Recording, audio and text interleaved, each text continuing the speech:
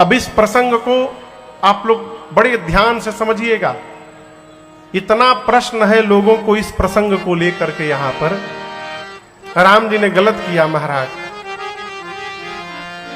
राम जी और सीता मैया चित्रकूट में पंचवटी में बैठे हैं। लक्ष्मण जी पुष्प दल लेने गए थे। एकांत में राम जी सीता जी हैं।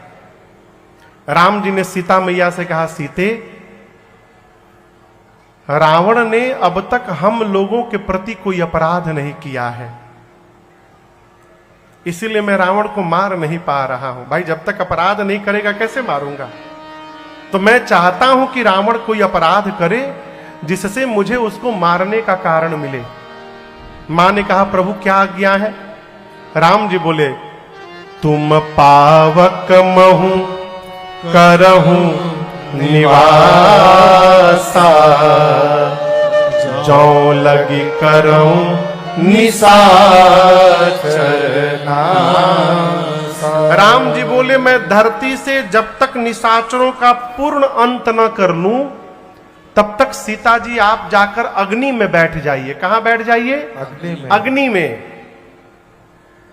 मां ने प्रभु की बात को सुना। प्रणाम करके सीता मैया राम जी के पास अपनी छाया रख दी और जाके सीता मैया अग्नि में बैठ गई। अब राम जी के पास असली सीता जी नहीं है। कौन है? छाया सीता जी है, नकली सीता जी। इसका मतलब रावण सीता मैया का हरण नहीं किया है। रावण मेरी मां की छाया को लेकर लंका गया है और इस रहस्य को राम जी और सीता जी को छोड़कर तीसरा कोई नहीं जानता। लक्ष्मण जी भी नहीं जानते।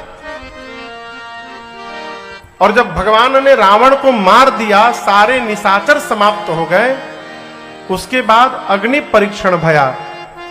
अग्नि परीक्षण नहीं भया था।